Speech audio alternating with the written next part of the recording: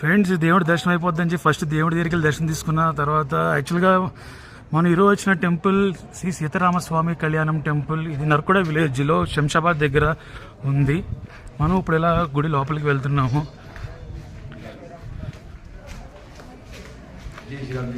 ఇది ధ్వజస్తంభం అండ్ దీపస్తంభం. ఇక్కడ 2 స్తంభాలు ఉంటాయి, ధ్వజస్తంభం అండ్ దీపస్తంభం. ఈ ధ్వజస్తంభానికి దీపస్తంభానికి 2 దేవుళ్ళు ఉన్నారు. ఇక్కడ గర్భమంతుడు ఆంజనేయ స్వామి. ఇప్పుడు మనం గుడి మొదట ప్రాంగణం చూద్దాము. ఇప్పుడు మనం ప్రదక్షిణం చేద్దాము. ఇది పురాతనమైన గుడి, కొన్ని వందల సంవత్సరాలు కట్టిన గుడి.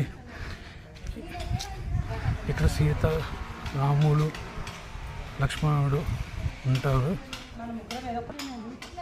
ఆంజనేయ స్వామిని కలవక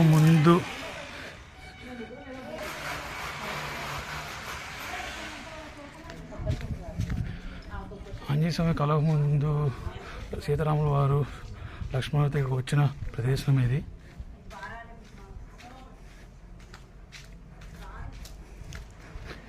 ఈ గుడి గుమ్మాల నుంచి చూస్తే ఈ గోపురం చాలా ప్రసిద్ధమైనది. అన్ని పురాతనమైన కట్టడాలు. చాలా అద్భుతంగా గుడిని మెయింటైన్ చేస్తున్నారు దేవాదాయ వాళ్ళు.